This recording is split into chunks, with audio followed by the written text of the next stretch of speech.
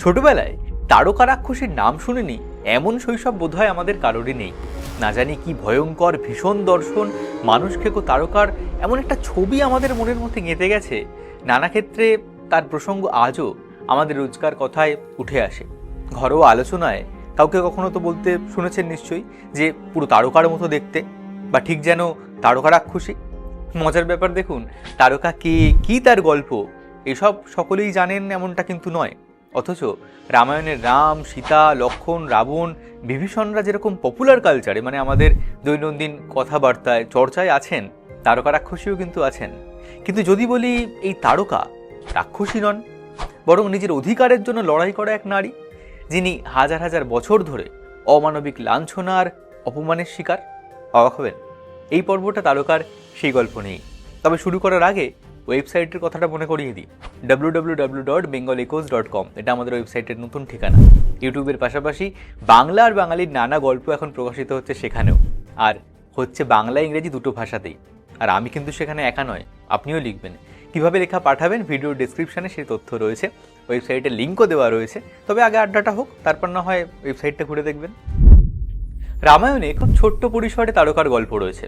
ওই সিনেমা হয় না, কোনো কোনো চরিত্র খুব অল্প সময়ের জন্য যারা স্ক্রিনে আসেন কিন্তু দাগ কেটে যান, তেমনই এক চরিত্র তারকা। গল্পে তার প্রয়োজনীয়তা বাল্যকাল থেকে রামচন্দ্র যে ভীষণ বীর সেটা প্রমাণ করার জন্যই। রামায়ণের কাহিনীতে বালখণ্ডে আমরা দেখেছি যে ঋষি বিশ্বামিত্র তাঁর তপবনে রাক্ষসদের অত্যাচারে অতিষ্ঠ হয়ে উঠেছিলেন। তারকার নেতৃত্বে রাক্ষসরা কিছুতেই তাঁদের যজ্ঞটজ্ঞ করতে দিত না, নানা উৎপাত করত। তাই অযোধ্যায় এসে বিশ্বামিত্র তারকা রাক্ষসীর কবল থেকে তাঁর তপবনকে রক্ষা করার জন্য রাম আর লক্ষ্মণকে সঙ্গে করে নিয়ে গেলেন। যেতে যেতে তিনি তাদের শোনালেন তারকার কাহিনী, যে জন্ম থেকেই তারকা রাক্ষসী ছিলেন না, তিনি ছিলেন সুকেতু নামে এক সদাচারী যক্ষের কন্যা। নিঃসন্তান সুকেতু সন্তান কামনায় ব্রহ্মার আরাধনা করলে ব্রহ্মার বরে তিনি এক সুন্দরী কন্যা সন্তানের পিতা হন, যার শরীরে ছিল হাজার হাতির শক্তি। তারকা ক্রমে বিবাহযোগ্যা হলে সুন্দ নামে এক যক্ষের সঙ্গে সুকেতু তার বিয়ে দেন। এখানে বলে রাখি, এই সুন্দ কিন্তু পৌরাণিক সুন্দ উপসুন্দের কাহিনীর সুন্দ নন। যাই হোক, সুন্দ ও তারকার এক পুত্র হয় যার নাম মারিচ, যাকে আমরা রামায়ণের কাহিনীতে পরে পাব সেই সোনার হরিণ প্রসঙ্গে। মারিচের জন্মের কিছুদিন পর অগস্ত্যের অভিশাপে মৃত্যু হয় সুন্দের। কিন্তু কেন বা কি কারণে সুন্দ অভিশাপগ্রস্ত হয়েছিলেন সেই কথা রামায়ণে নেই। সুন্দের মৃত্যুর পর অগস্ত্যের উপর রাগে ক্ষোভে তাকে আক্রমণ করেন পরাক্রমশালী তারকা, আর তখনই অগস্ত্য তারকাকে ভীষণ দর্শনা রাক্ষসীতে পরিণত হওয়ার শাপ দেন। রেহাই পায় না মারিচও, তিনিও শাপগ্রস্ত হয়ে রাক্ষসে পরিণত হন। এই কাহিনীর আরেকটা ভার্সন এরকম যে তারকা অগস্ত্যকে এক সুন্দর প্রাসাদ নির্মাণ করে দেওয়ার জন্য অনুরোধ করেছিলেন। অগস্ত্য রাজি না হওয়ায় তিনি অগস্ত্যের আশ্রমে উৎপাত শুরু করেন। তখন তারকা গর্ভবতী ছিলেন। তার উৎপাতে অতিষ্ঠ হয়ে অগস্ত্য তাকে এবং তার গর্ভের সন্তানকে রাক্ষস হবার শাপ দেন। তারপর তাতকা বন বা তারকা বনের এক বিস্তীর্ণ অঞ্চলে রাজত্ব করতেন এই তারকা। সেই বনের আশেপাশে মুনি ঋষিরা তিষ্ঠ হতে পারছিলেন না, তাই বিশ্বামিত্র নিয়ে আসেন রামচন্দ্রকে। তারকার বনে বিশ্বামিত্রের প্রত্যাশা মতো তারকা তাদের আক্রমণ করেন, কিন্তু শ্রীরাম তাকে বধ করতে চাননি, কারণ নারীর ওপর অস্ত্র নিক্ষেপ করা কোনো বীরের পক্ষেই সমীচীন নয়। কিন্তু বিশ্বামিত্র রামকে বোঝান যে নারী হলেও সে তো রাক্ষসী, তাই তাকে বধ করা হচ্ছে বীরের ধর্ম। তাই বিশ্বামিত্রের পরামর্শ মতো রাম তারকাকে হত্যা করেন, রেহাই দেন মারিচকে। সে আহত হয়ে পালিয়ে যায়, কিন্তু প্রতিশোধের আগুন বুকে নিয়ে সে আবার ফিরে আসে সীতাহরণের সহায়ক হয়ে।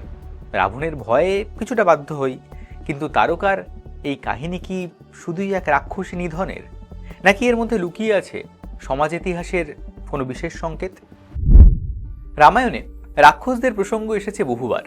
সেখানে সভ্য অসভ্য, আর্য অনার্যের বিভেদটা ক্রমশ স্পষ্ট হয়েছে। তাই তারকার এই কাহিনী শুধু এক দানবের ধ্বংসের বা রামের বীরত্বের গল্প নয়, একটা শ্রেণীর মানুষের প্রতিরোধের গল্প। লক্ষ্য করলে দেখবেন তারকার একটা নির্দিষ্ট ভূখণ্ডে তার আধিপত্য কায়েম ছিল, যেটাকে আমরা তারকার বন বলছি। ভৌগোলিকভাবে এই যে জঙ্গলটা, এটা আজকের উত্তরপ্রদেশ বা বিহারে। প্রাচীনকাল থেকে এইসব অঞ্চলে আদিবাসী জনগোষ্ঠীর বসবাস ছিল, যারা ছিল প্রকৃতি নির্ভর অরণ্যাচারী মানুষ। তাদের থেকে তথাকথিত সভ্য মানুষরা যখন তাদের এলাকায় আসছেন, দখল নিতে চাইছেন, তারা স্বাভাবিকভাবেই তাদের ভৌগোলিক আধিপত্য বজায় রাখতে, প্রাকৃতিক সম্পদ রক্ষা করতে প্রতিরোধ করে তুলবেন। সেটাই হয়ে এসেছে মানব সভ্যতার ইতিহাসে। এই যে উত্তরাপথের সভ্যতা, যেটাকে প্রাথমিকভাবে আর্যাবর্ত বলে উল্লেখ করা হয়েছে বিভিন্ন ক্ষেত্রে, সেটা ধীরে ধীরে পূর্ব ভারতে ও দক্ষিণ ভারতে সম্প্রসারিত হয়েছে। বাংলার ক্ষেত্রেও আমরা সেটা দেখেছি মৌর্য যুগ থেকে। এইসব অঞ্চলে তার আগে থেকে কিন্তু জনবসতি ছিল। আর এই যে সম্প্রসারণ, সেটা তো এমনি এমনি হয়নি। কখনো কোনো আদিম জনগোষ্ঠীর সঙ্গে নবাগতদের সংঘাত হয়েছে, সংঘর্ষ হয়েছে, কখনো তারা আধিপত্য স্বীকার করে জায়গা ছেড়ে দিয়েছে। তার ফলে কখনো দেখা গেছে যে পুরনো মানুষরা নতুনদের সঙ্গে সহাবস্থান করেছেন, কখনো তারা প্রান্তিক নিম্নবর্গ হয়ে সমাজের এক কোণে পড়ে থেকেছেন যতদিন না ইতিহাস তাদের দিকে আবার মুখ তুলে চেয়েছে। রামায়ণে রামের যে অভিযাত্রা, সেটাও কিন্তু এক প্রকার আধিপত্যের সম্প্রসারণেরই রূপক। সেখানেও আমরা দেখব নিষাদ রাজার মতো, সুগ্রীবদের মতো কেউ কেউ অধীনতামূলক মিত্রতা নীতি গ্রহণ করেছেন, আর তারকার মতো যারা পরাক্রমশালী, যাদের নিজেদের বল ও বীর্যের প্রতি আস্থা রয়েছে, স্বাধীনতার প্রতি আপোষহীন মনোভাব রয়েছে, তারা প্রতিরোধ গড়ে তুলেছেন। তাই তারকা তার এলাকায় মুনি ঋষিদের আনাগোনা পছন্দ করেননি, রামের সঙ্গে যুদ্ধ করেছেন। আর খুব স্বাভাবিকভাবেই বিজয়ী পক্ষের লেখা তাদের বিজয়ের গল্পে তারকা চিত্রিত হয়েছেন ভীষণ কুৎসিত ভয়ঙ্কর রাক্ষসী হিসেবে। আপনি কি সেই দেখিয়ে দেওয়া ইতিহাসই দেখতে চাইবেন? এই কাহিনীর মধ্যে আরও একটা সংকেত কিন্তু রয়েছে। আমাদের ভারতীয় সভ্যতায় মাতৃতান্ত্রিক ও পিতৃতান্ত্রিক এই দুটো সমাজের দুটো সুস্পষ্ট ধারা রয়েছে, যার মধ্যে মাতৃতান্ত্রিক ধারাটা প্রাচীনতম। যাবতীয় আদিবাসী অরণ্যজীবী জনগোষ্ঠী দেখবেন মাতৃতান্ত্রিক। তাদেরকেই দাগিয়ে দেওয়া হয়েছে কখনো প্রান্তিক, কখনো অসভ্য অচ্ছুত, বা কখনো রাক্ষস অনার্য বলে। তারকার এই কাহিনীতেও মাতৃতান্ত্রিক জনগোষ্ঠীর পরাজয়ের চিহ্ন রয়েছে। তারকা একটি নির্দিষ্ট জনসমাজের গোষ্ঠীপতি, তেমনই কিন্তু একটি জনসমাজ।